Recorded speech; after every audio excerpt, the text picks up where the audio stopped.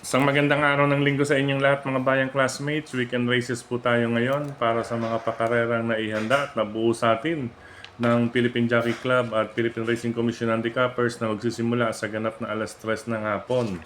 9 races po tayo mga bayang classmates. Bali may tigdadalawang sets po ang larong winner take all at pick 6 mga bayang classmates at po. At siyempre nariyan din ang pick 5 sa normal na huling limang takbuhan, pick 4 ganyan din sa huling apat na takbuhan. Bali 9 races at sa araw na ito may tampok na pakarera mga bayang classmates. Ano po? Ang Crocodile Tape Imported Invitational Race, then, ang 2026 Philracom PCSO Road to Triple Crown. Ayan po ay idaraos sa pangalawang takbuhan at pangatlong takbuhan ayon sa pagkakasunod. Ano po, lalargahan po iyan sa distansyang 1,650 meters, mga bayang classmates. More than 50 meters para sa distansyang 1 milya. Okay? At syempre, mga bayang classmates, napakaganda po ng mga laban, lalo na po sa mga 3-year-old.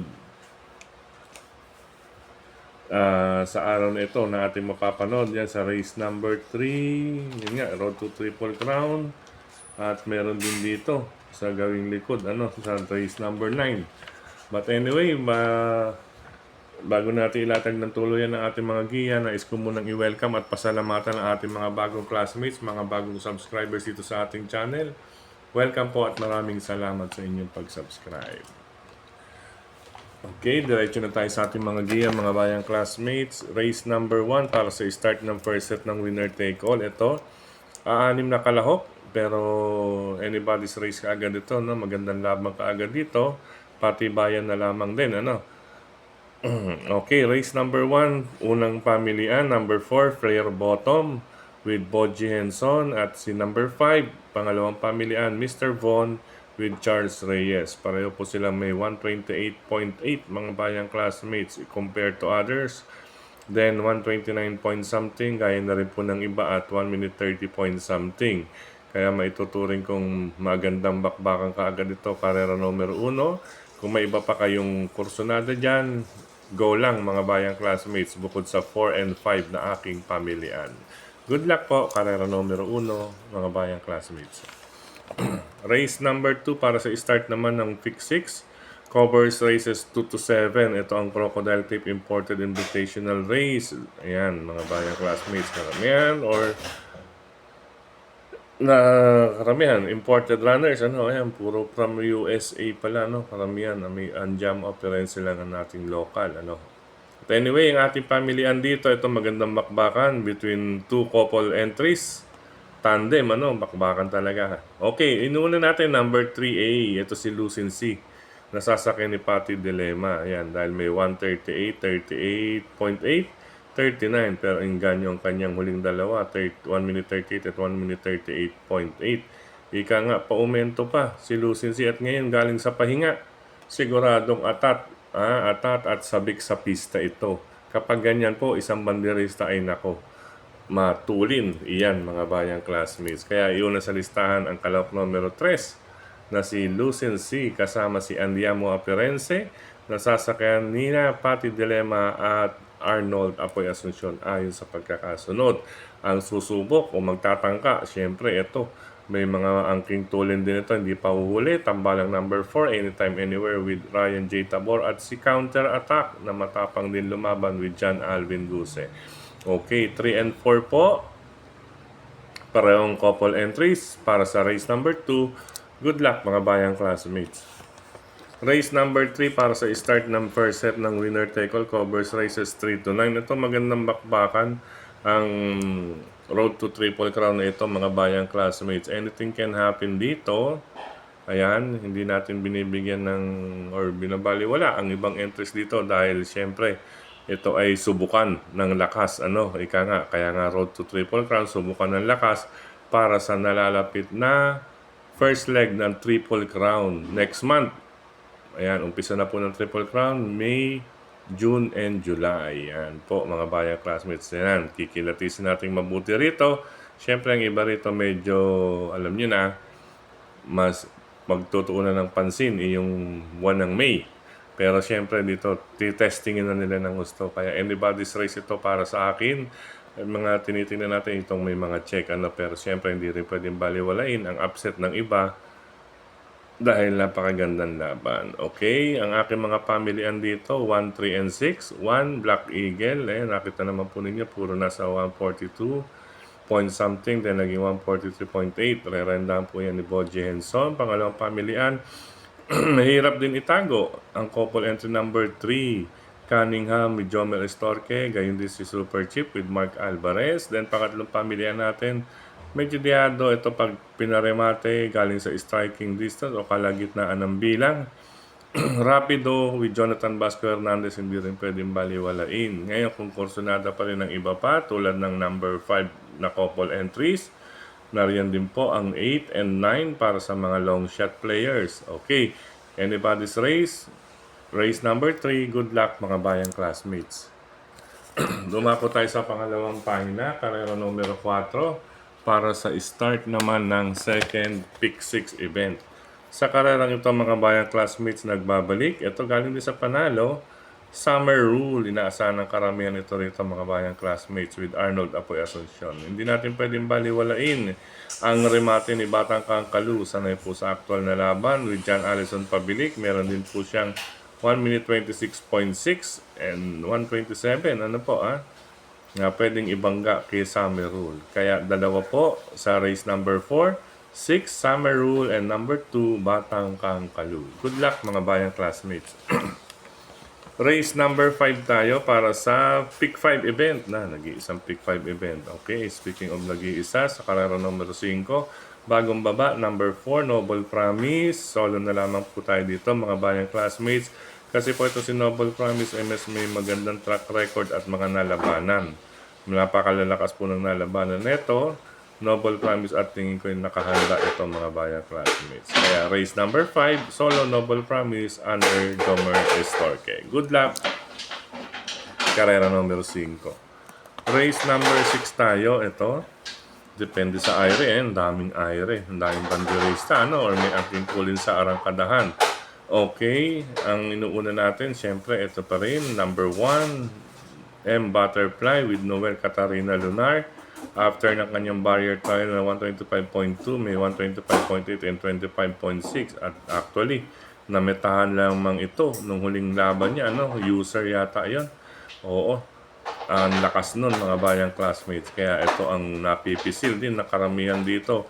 Number 1, M Butterfly. Ngayon, kung masasabak ang ibang may mga angking tuling, katulad nitong ating pangalawang pamilihan, number 5, Dakota Elegance with John Allison Pabilik. Sanay din po ito sa actual na laban. May mga 25 din po ito. 25.4 and 25.8 na maaring ibangga dito sa track records ni M Butterfly. Kaya 1 and 5 po sa race number 6, M Butterfly and Dakota Elegance. Good luck mga bayang classmates. Karera numero 6. Diretso tayo sa race number 7. Yan, race number 7 tayo. Ito, grupo ng mga bida, grupo ng mga bida. Okay, grupo. Diretso na lamang po tayo. Anybody's race to, grupo ng mga bida. Pati bayan na lamang po rito. Harinawa, makaraos po ang lahat. Okay, race number 7. Paratingan ng first set. Unang pamilihan, Sky Magic with Pabs Caballero. Sky Magic, mga bayang classmates, mas batak to sa mas malalakas na laban sa aktual na takbuhan. Kaya siya po ang ating iuna sa listahan. Huwag mawawalan. Sky Magic. Then, since grupo ng mga bida, nariyan po ang tambalang numero 3 or ito, si Dog the Spear with Melmel Nahilat, with Unafraid, with Woji Henson. Number 6, G's Favorite, Jomel Lazaro. And ito, pang long shot na nakikita ko, paningit, 28.6 kasi si Goletting. Kaya may LS long shots. Hindi naman po mabibigyan ng peso o timbang na 57 niyan kung talaga namang hindi angat sa grupo or sa grupuhan. Sila po kasi ni Douglas Spear ang mas mataas na grupo pa dito sa mga maglalaban sa race number 7. Ayan po, sakay po siya ni DL Camanero Jr. Alam niyo naman po, yung hineting yan, pang long shot. Okay? Anybody's race, race number 7, Patibayan. Good luck sa lahat ng mga entries sa karera numero 7 at sa mga may paratingan sa percent.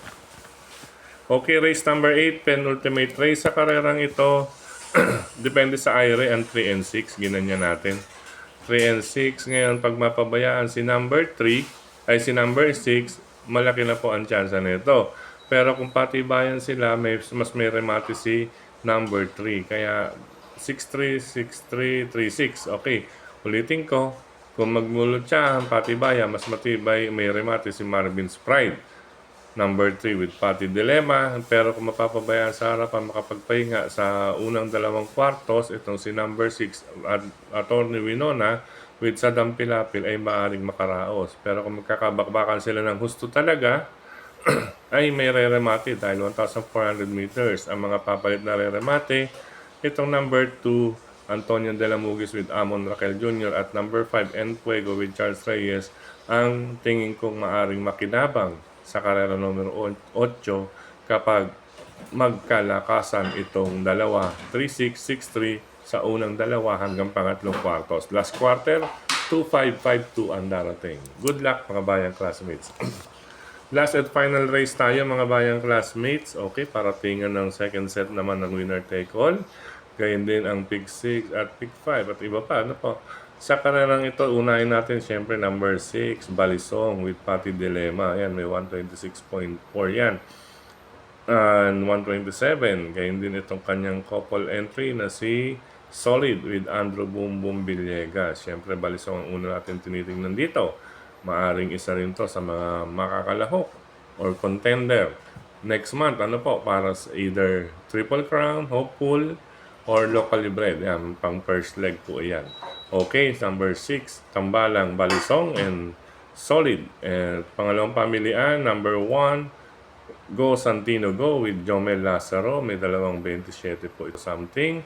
Then, pangatlong pamilian, ang ganda ng huling track record, 1 minute 26.6, Sultan Bell with Jonathan Vasco Hernandez. Napakagandang laban to mga bayang classmates. Pwede nyo rin pong mangursunada ng iba rito. Ano po, bukod sa 6, Tambalang Balisong, Solid, 1, Go Santino Go, at number 4, Sultan Bell. Anybody's race din po itong 3-year-old na grupo ito sa race number 9. Okay, sa pagkakataong ito, muli maraming salamat sa inyong pagtutok, pagtangkilik, pagsubaybay. Higit sa lahat ang pagtitiwala. Maraming salamat sa suporta sa atin. Nina Sir Mel Tipache, siyempre Sir Dennis Gonzalez, at siyempre si Brother Jojo, The Destroyer Puno. Yan, sa MHP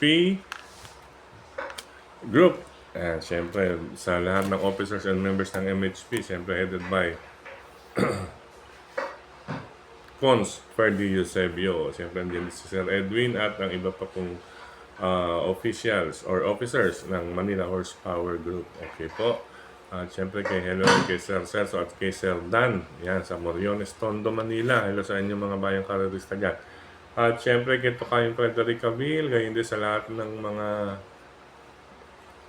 admin at members ng grupo ng karerista sa social media, sa mga nagla-like, nag-heart, nag-share, at dito rin sa ating YT channel. Speaking of social media, supportan din po natin ang ating mga fellow vloggers na nagbabahagi ng grupo ng karerista sa social media. Okay po? Supportan din po natin sila. Okay, sa pagkakataong ito, advance happy birthday kay Brother JR Cabansag. Yan, Brother JR Cabansag, advance happy birthday. Eksakto, April 29 na kung saan ay may carry over. Unang carry over sa kabilang karerahan. Ano po, Pero concentrate muna tayo ngayon sa PJC, mga bayang classmates. At harinawa, yan, Brother JR Cabansag, happy birthday in advance. At sa araw na yan, perfect ka dyan para sa mga may carry over kung ano man po ang uunahin ng kabilang karerahan. Okay, sa pagkakataon ito, hello Napi Racing dyan sa Jufil, Kambingan OTV sa Blooming Street, Santa Cruz, Manila. Cavite Street, corner Felix Huertas Street, Jufil, Kambingan OTV ni Sir Fidel.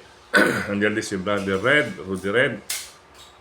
At ang siyempre, ang teller na si Dodi. Yan, Dodi Eliseo, teller natin dyan sa Jupil Kambingan OTB located at Cavite Street, corner Felix Huertas Street in Bloomington, Santa Cruz, Manila. At syempre, speaking of Santa Cruz, Manila, nariyan din ang Kuya J2 OTB and Resto Bar ni Brother John John. Located naman po yan sa Oroqueta Street, pagitan ng CM Recto at Doroteo Jose Street. Ayan, sa likod ng po, kabilang kalye ng Rizal Avenue. Then, pagitan ng CM Recto at Doroteo Jose, o lang Oroqueta, andyan ang Kuya J2 Resto Bar and OTB. And Quezon City naman po tayo. Hello po sa Pingping Lechon Restaurant and OTB. Ni Cap Makachua. Hello, Sir Cap Maka. Then, sa mga bayang karerista natin, kaibigan natin dyan. Siyempre, si Brother Gary, Brother Edgar, Brother Reyatiet. Ito kayong Mon at ito kayong John at John, Brother Mon, Brother Mark. Siyempre kay Boss Roger. Ayan, enjoy nasa Bacolod. Si Sir Roger Vargas. Yan, darating yan. May carry over sa Miyerkules. Eksakto. Kay Sir Roger Vargas at siyempre sa lahat ng mga ping-ping groups. Yan, si Brother Gary and Brother Yet. Titira rin yan ng winner take all. Okay. Talo rin sa Quezon City, sa Pork Barrel Grill Restaurant. Ayan, Pork Barrel Grill Restaurant and OTB ni Sir Boyet. Hello, Sir Boyet. Ayan, tira tayo ngayon ng winner take all, Sir Boyet. At siyempre, nandiyan din si Manoy, ang ating kaibigan niya, Manoy. At siyempre, rin sa mga bayang karirista dyan sa Raymond's OTB. Siyempre, sa pangunguna ni Brother Jeff Escultura. At saka si Madam Emel, dyan din Madam Emel. Yan. At siyempre sa Bayani OTB, Tatsuki OTB, yung sa Rizal Avenue, corner Herrera Street. Ano po? Yan. World OTB, Kambingan OTB sa Tayuman. Yan. Okay, at sa lahat ng OTB, bayang karirista, happy racing, good luck sa inyong paglilibang. At sa mga riders na katulad ko, ingat po sa mga kalsada. Have a blessed weekend, mga bayang classmates. See you again next week. May mga carry-over sa kabilang kareraan. Pero concentrate muna tayo ngayon sa mga pakarera dyan sa Padre Garcia. Okay po, paalam pansamantala, mga bayang classmates.